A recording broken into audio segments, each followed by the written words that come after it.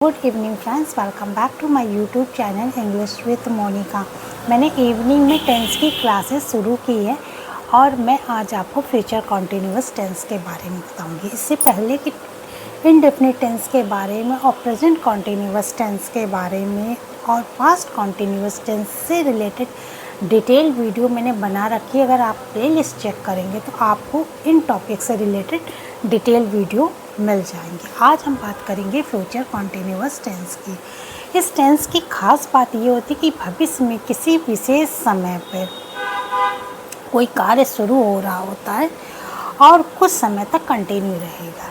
जैसे कि आज थर्सडे है, अब नेक्स्ट वीक थर्सडे को दीपावली है, तो मैं इस टेंस में ही सारी बात करूँगी नेक्स्ट वीक के बारे में। जैसे कि इस दिन, आज ही के दिन हम जो है दीपावली की तैयारी कर रहे होंगे, हम सफाई कर रहे होंगे। थर्सडे को नेक्स्ट टाइम मतलब किसी विशेष समय पे कोई कार्य शुरू हो रहा ना, और वो भविष्य की ही बात हो रही है और कुछ समय तक कार्य जारी रहेगा। हम अपने घर की सफाई कर रहे होंगे, हम अपने घर में झालर लगा रहे होंगे, हम अच्छे अच्छे पकवान बना रहे होंगे दीपावली के दिन, आज ही के दिन। नेक्स्ट आने वाले वीक में हम जो है वो मिठाई बना रहे होंगे, हम अपने घर को ज़्यादा से ज़्यादा डेकोरेट कर रहे होंगे आज ही के दिन।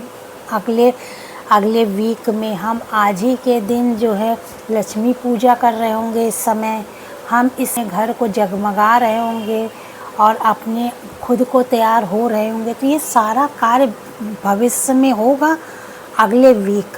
तो ये जो टेंस अगले वीक की जो हम बात कर रहे हैं, तो ये हम फ्यूचर कॉन्टिन्यूअस टेंस में बात कर रहे हैं। तो इसमें जो भी टेंस बनेगा वो फ्यूचर कॉन्टिन्यूअस टेंस कहलाएगा।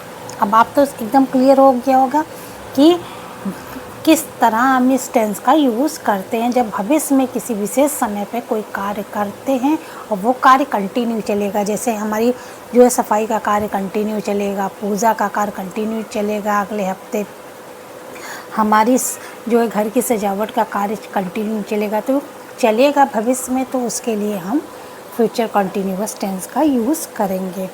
अब हम बात कर लेते हैं कि इसकी पहचान क्या होती है। हिंदी में इसकी पहचान होती है रहा है, रहा होगा, रहे होंगे, रही होगी इत्यादि शब्द वाक्य के अंत में आते हैं। अब हम बात कर लेते हैं helping verb. Helping verb will be और शैल बी का हम यूज़ करते हैं।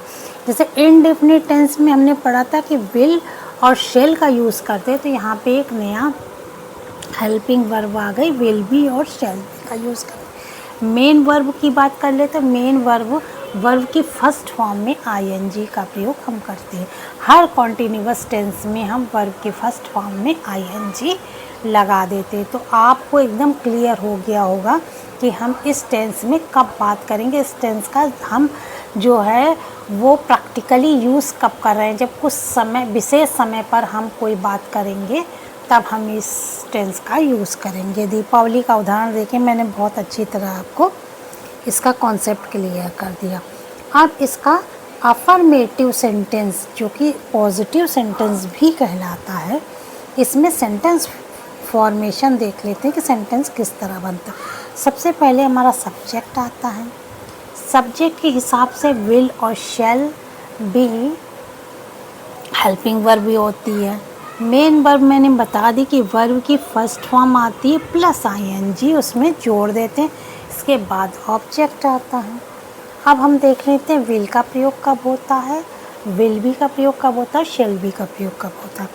आई और वी के साथ शैल बी का प्रयोग होता है। केवल आई और वी दो ऐसे सब्जेक्ट है जिनके साथ शैल बी का प्रयोग होता है। अदर अन्य सभी सब्जेक्ट के साथ हम विल बी का प्रयोग करते हैं। तो हमने देख लिया कि इसका प्रैक्टिकली यूज़ हम कब करेंगे इस टेंस का।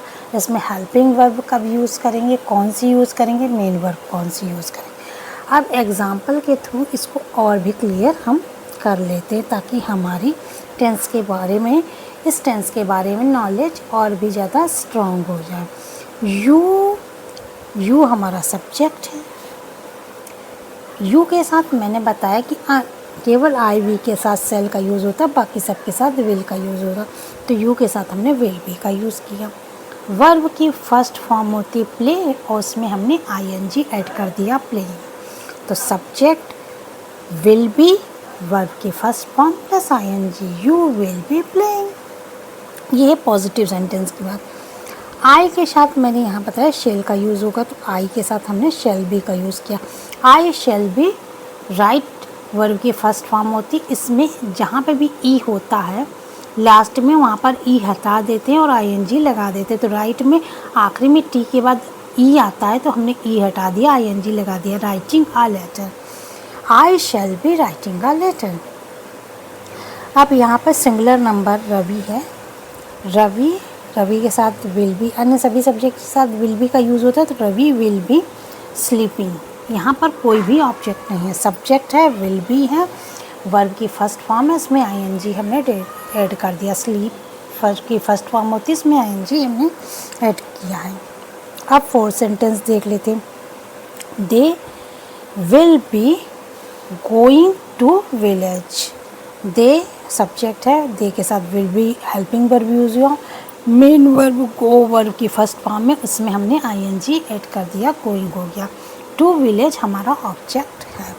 तो ये हमने अफर्मेटिव सेंटेंस का सेंटेंस फॉर्मेशन देख लिया। सब्जेक्ट प्लस विल बी या शैल बी सब्जेक्ट के हिसाब से, वर्ब की फर्स्ट फॉर्म प्लस आईएनजी। अब हम निगेटिव सेंटेंस की भी बात इसी में कर लेते हैं कि निगेटिव सेंटेंस में नॉट जरूर लगता है, ये आपको मालूम होता, लेकिन इसमें यहाँ पर दो शैल और विल बी दो हेल्पिंग वर्ब है, तो यहाँ पर हम नॉट लगाएंगे कैसे, इसके बारे में बता दूँ। सब्जेक्ट रहेगा, विल या शैल सब्जेक्ट के हिसाब से रहेगा, और ये बी और शैल के बीच में विल बी होगा या शैल बी होगा। जो बी होगा इससे पहले हम नॉट लगा देंगे, नेगेटिव सेंटेंस होगा। तो सब्जेक्ट प्लस विल या शैल, फिर नॉट, फिर बी, फिर वर्ब की first form plus ING plus object. अब यहाँ पे देख लेते हैं, इसीलिए मैंने यहाँ पर स्पेस छोड़ दिया था। आई शैल, शैल के जस्ट बाद नॉट लग जाएगा। अगर सब्जेक्ट हमारा मेन वर्ब शैल या विल जो भी होगी उसके बाद नॉट लग जाएगा। यहाँ पर सब्जेक्ट मेन वर्ब जो है, सॉरी हेल्पिंग वर्ब हमारी शैल है, तो शैल के जस्ट बाद नॉट लगा दें। आई शैल नॉट बी बाद में आएगा। I shall not be writing a letter. Ravi subject है, फिर विल है, विल के जस्ट विल हो या शैल हो इसके जस्ट बाद नॉट लगाएंगे। Ravi shall will not be sleeping. They will, they के साथ विल हेल्पिंग वर्ब यूज हुआ, not be going to village. तो हमने आज फ्यूचर कॉन्टिन्यूअस टेंस के बारे में डिटेल में पढ़ा। इसके पॉजिटिव सेंटेंस के बारे में बता, जिसको अफर्मेटिव सेंटेंस भी कहते हैं और निगेटिव सेंटेंस के लिए भी कहते हैं। अब मैं फिर से आपको रिकॉल करा दूं, जब विशेष समय पे कोई विशेष कार्य भविष्य में होना होता है और वो कुछ देर चलेगा, तो उस समय हम फ्यूचर कंटिन्यूअस टेंस का यूज़ करते हैं। जैसे अगले हफ्ते इस समय हम दिवाली मना रहे होंगे, दीपावली को बहुत ज़ोरों शोरों से सेलिब्रेट कर रहे होंगे, तो यहाँ पर फ्यूचर कंटिन्यूअस टेंस का हम यूज़ कर रहे हैं। और फ्यूचर कंटिन्यूअस टेंस का practically use with example use हमने बता दिया। तो मैं आपको इजी टू ईजीएस्ट वे में इंग्लिश ग्रामर पढ़ाने की कोशिश करती हूँ छोटी छोटी क्लासेस के थ्रू। आप मेरी वीडियो देखेंगे तो आपको कहीं पे भी कुछ भी रटने की ज़रूरत नहीं पड़ेगी। आपको ग्रामर जो है टेंस, जो कि एक महत्वपूर्ण टॉपिक है, 9th 10th और फर्स्ट ईयर इंटर को बेस्ड करके मैंने ये वीडियो बनाया। इन क्लासेस के टेंस को कवर कर रहा है। टेंस जो कि आपके एक्टिव पैसिव में काम आएगा, आपके डायरेक्ट इनडायरेक्ट में काम आएगा। आपको ट्रांसलेशन करना होगा तो उसमें भी टेंस का यूज़ होगा। स्पीकिंग में भी इसका बहुत यूज़ होता है। तो आप ध्यान से इस वीडियो को देखिएगा। यदि आपको क्या कोई कन्फ्यूजन हो वीडियो से रिलेटेड, इस टॉपिक से रिलेटेड, तो कमेंट ज़रूर करिएगा, मैं आपको रिप्लाई ज़रूर दूँगी। यदि आपको वीडियो अच्छी लगे तो लाइक ज़रूर कीजिएगा, चैनल को सब्सक्राइब ज़रूर कीजिएगा, नोटिफिकेशन बेल ज़रूर ऑन कर दीजिएगा ताकि आपको मेरी आने वाली वीडियो के बारे में जो है नॉलेज हो सके, जानकारी मिल सके। तो इजी टू ईजीएस्ट वे में वीडियो मैं तैयार करती हूँ और आप जो है वो keep watching if you want to know English grammar in easy to easiest way. Thank you for watching my video. Have a nice day.